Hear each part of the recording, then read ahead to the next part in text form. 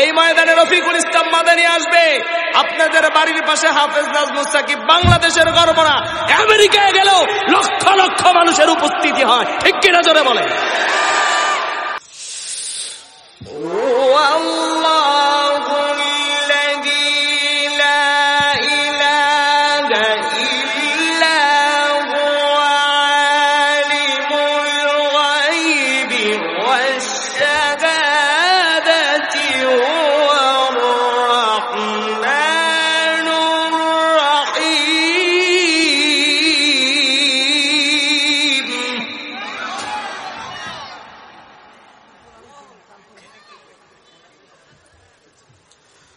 هو الله الذي لا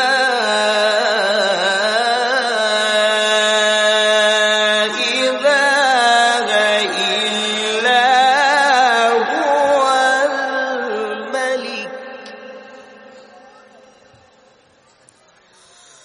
الملك القدوس السلام المؤمن المهيمن العزيز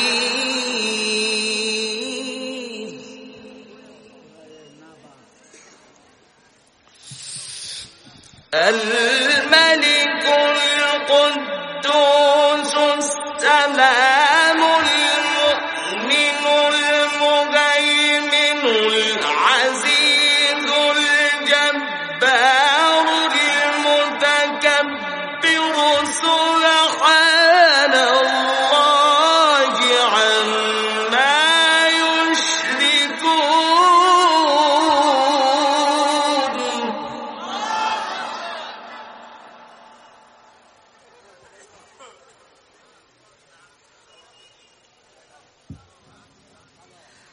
هو الله الخالق البارئ المصور له الأسماء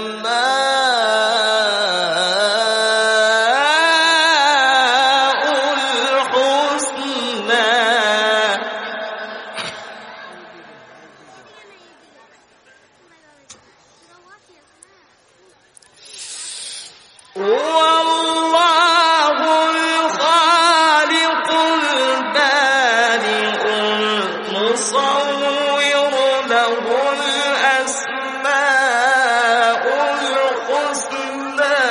يسبح له ما في السماوات والأرض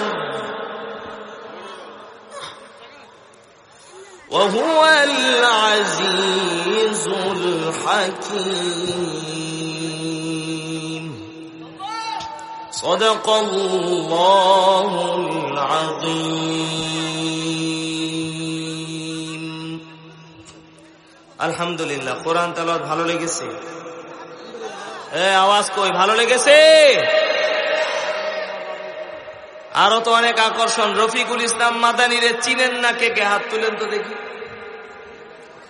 এই যে অনেকে হাত তুলছে, এরা বুঝে নাই, ঠিক কিনা? এই রফিকুল ইসলাম মাদানীরে চিনেন না কে কে? হাত তুলেন। ওই যে আরেকজন তুইলা ফেলছে, বুঝে নাই। বাংলাদেশের বর্তমানে সবচেয়ে বেশি জনপ্রিয়তা যার, লক্ষ লক্ষ মানুষ হয় যার আলোচনা শোনার জন্য, সে আপনাদের বাড়ির গোড়ায় আসতেছে, আর আপনারা বৈশা বৈশা চার দোকানে সময় নষ্ট করেন। কথা বলেন ঠিক কিনা? এই ময়দানে রফিকুল ইসলাম মাদানী আসবে, আপনাদের বাড়ির পাশে হাফেজ নাজমুস সাকিব বাংলাদেশের গর্ব না, আমেরিকায় গেলেও লক্ষ লক্ষ মানুষের উপস্থিতি হয়, ঠিক কিনা জোরে বলেন। সে এলাকায় আপনারা এই কয়টা মানুষ নিয়ে আমার ওয়াজ করতে হবে, আমার অনেক লজ্জা লাগতেছে। আমি সময় দিলাম 5 মিনিট। 5 মিনিটের মধ্যে যদি স্টেজ এই ময়দান না ভরে, মনে করবো ইচাইলবাসী কোরআনের প্রেমিক না। কথা বলেন ঠিক কিনা? যদি কোরআনের প্রেমিক হয়ে থাকেন 5 মিনিটের মধ্যে এই ময়দান ভরতে হবে, পারবেন না ইনশাআল্লাহ?